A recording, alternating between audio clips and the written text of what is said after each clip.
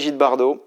Brigitte Bardot, c'est quand même pour toi la célèbre bébé, ta bébé. C'est mon bébé. Hein. Moi, pour moi, depuis l'enfance, même enfant, c'est marrant parce que voilà, quand tu as 10 ans, tu t'intéresses pas spécialement aux filles, aux femmes. Mais je me rappelle, elle a toujours incarné depuis l'enfance, pour moi, l'idéal féminin. Je parle du physique. Donc pour moi, elle incarne la reine de la beauté. Elle incarne aussi la France des années 60. Elle a été Marianne.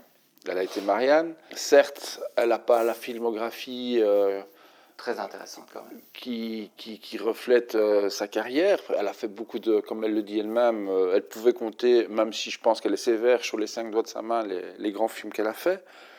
Mais malgré ça, c'est une actrice qui a des points communs aussi avec Marilyn. Dans le sens qu'elle a été vite mise comme un produit de marketing. On va peut-être revenir sur un petit top des meilleurs films. Oui. Allons-y. Donc, on va aussi vous dire que la série sur Bardot n'était pas aussi mauvaise que moi, j'ai adoré. Brigitte, vous êtes la plus grande célébrité cinématographique du monde. J'ai été bluffé parce que, en plus, nous, on avait regardé la série dans la période où on préparait nos vidéos sur Bardot.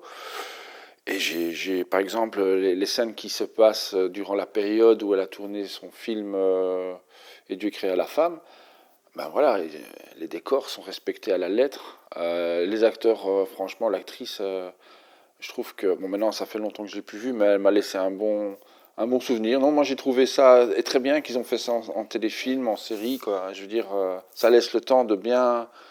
Parce qu'on a un film d'1h30, ça n'aurait pas été possible. Non, je pense que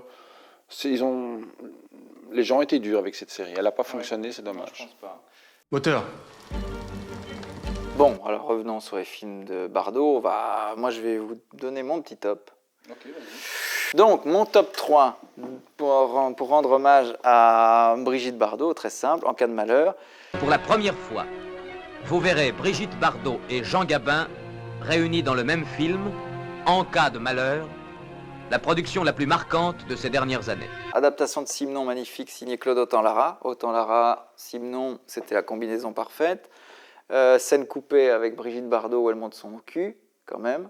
Donc on peut voir cette fameuse scène coupée sur YouTube. Elle a été coupée parce que c'était quand même très scandaleux pour l'époque. Autant que vous en profitiez avant qu'ils me mettent en prison. Le mépris. Avec Brigitte Bardot et Michel Piccoli. Et alors, évidemment, Godard l'a eu, il lui a dit tu m'enlèves ta choucroute. Et puis lui faire baisser sa choucroute, enfin son truc immense. Alors ça, on l'a eu, c'était difficile. Et elle a dit chaque pas que je fais sur les mains, parce qu'il faisait l'acrobate, il marchait sur les mains, et il dit si chaque mètre que je fais, tu me diminues ta choucroute de 10 cm, je sais pas quoi, il a fait 10 mètres sur les mains. Et la vérité... Je voulais mourir. Mourir. On présente plus Clouzot. C'était un tyran, mais c'était un bon réalisateur, et il a donné à Bardot un de ses plus beaux rôles. Voir le plus beau. C'est pour ça que vous me détestez. Parce que vous êtes tous morts. Morts. Ces injures sont intolérables. Ça veut dire 3 grands réalisateurs, ça veut dire Claude Autant-Lara, ça veut dire Clouzot, ça veut dire Godard.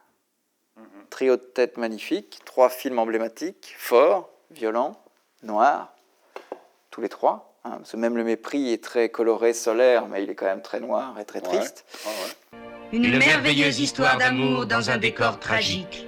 Bon, moi, mon top 3, évidemment, je ne vais pas reciter les tiens, parce que c'est certainement les 3 meilleurs qu'elle ait fait, mais vu que je suis quand même, pas dire un fan de Bardot, mais qu'elle fait partie, pour moi, elle est symbolique, j'en ai vu quand même pas mal.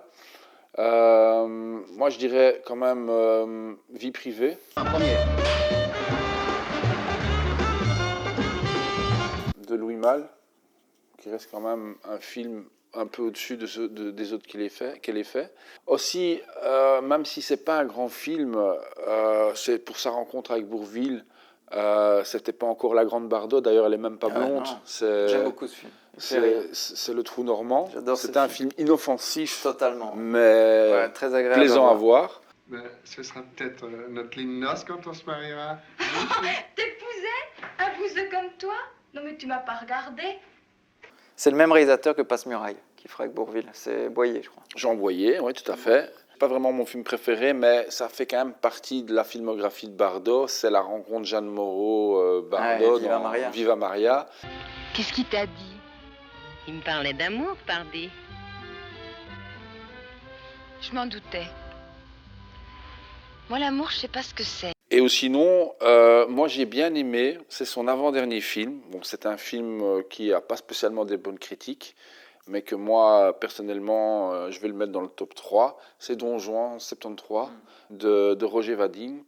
Un film sulfureux, avec une femme